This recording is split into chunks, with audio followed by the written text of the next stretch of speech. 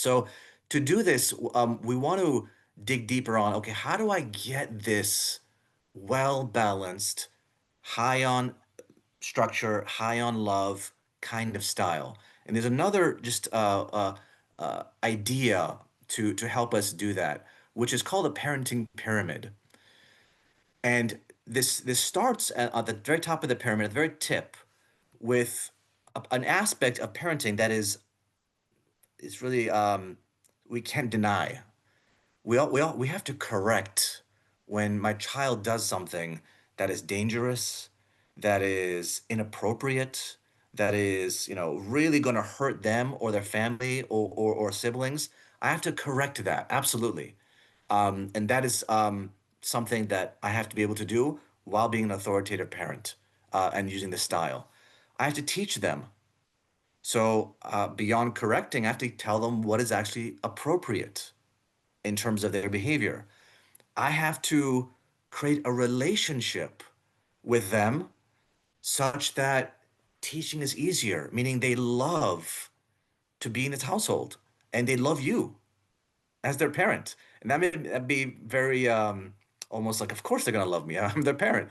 Well, relationships with your child, especially now when you're competing against billion-dollar budgets and five hidden agendas, Islam and this way of life, it's we have it's a voluntary thing. We have to make it so they love this relationship and they love to please you, and that means I have to have a strong relationship with my child as a parent. Below that in the pyramid is the relationship between husband and wife. So I now have to think about what is my relationship with my spouse? How are we parenting together? We're one team. How do we work as a team to overcome this challenge of parenting in the digital age? And finally, personal tazkiyah akhlaq. The whole pyramid is resting on me as a parent. What is my personal tazkiyah, my akhlaq? Is that strong to hold the rest of it up? If it's weak, then I can't hold the rest of it up. So there's two questions that this pyramid is pointing to. Number one, the very top of the pyramid. The question here is, what should I do now that something has gone wrong? This is when we see an addictive behavior with digital devices, when we see inappropriate behavior, when we see things that are not going to help the child. And of course, we have to step in. But this is very reactive. I'm reacting to the situation. And in many cases, this is the bulk of our parenting, many cases. All of us. We spend a lot of time saying, stop, don't, watch out, stop this. And that's has to be part of our life, of course. But it's very reactive in nature. What is another way to think about this? Is taking a proactive approach. So the question here is not what should I do now that something's gone wrong? How do I help things go right? So if I want the top of the pyramid correction to go well, I have to focus on the rest of the pyramid. And the rest of the pyramid is proactive. They say the best defense is offense. This applies in sports, it applies in strategy, it applies in many different elements of life. We want to be offensive, proactive, thinking ahead, not just waiting until something goes wrong, waiting until an addiction now arises, and now I have to now undo this addiction. That's not the right place to be as a parent. We want to be ahead of the game. Now, there's three lessons here, three really key lessons from this pyramid we want to touch on. Number one lesson is most time should be spent at the lower levels.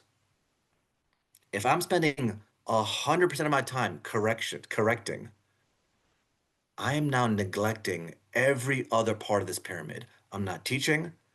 I'm not building the relationship that creates that love and warmth environment. I'm not working on the relationship with my spouse. I'm not working on my personal spiritual reserves, my tazkiyah, my akhlaq, what holds up everything. What's the whole point of us living is to do the bottom. And so I have to work on the lower levels. Number two, the solution to any level lies below that level. And I want us to really take this home. If I'm trying to correct, the solution is not more correction. The solution is go deeper. What am I not teaching my child? If my child is um, yelling, I want to stop that. Absolutely. That's not appropriate. Now, this tells me I have not taught them how to ask for things they need. So I have to go lower. Same thing with my teaching. If I want to be able to teach them, I have to have a strong relationship with them. And they want to be around me as a parent. Now I can teach them when they love being in this household. So always go deeper. And finally, and this should be very self-evident from this pyramid, ultimately, the effectiveness at each level depends on the last level. Your tazkiyah, your akhlaq, your sabr, your patience, your manifestation, prophetic qualities, which are a manifestation of the divine qualities, right? And there's both jamali qualities and jalali qualities. What does that remind us of? Right? Jalali should remind you of there's structure, there's direction, there is a system. And the Jamali, of course, the Rahma.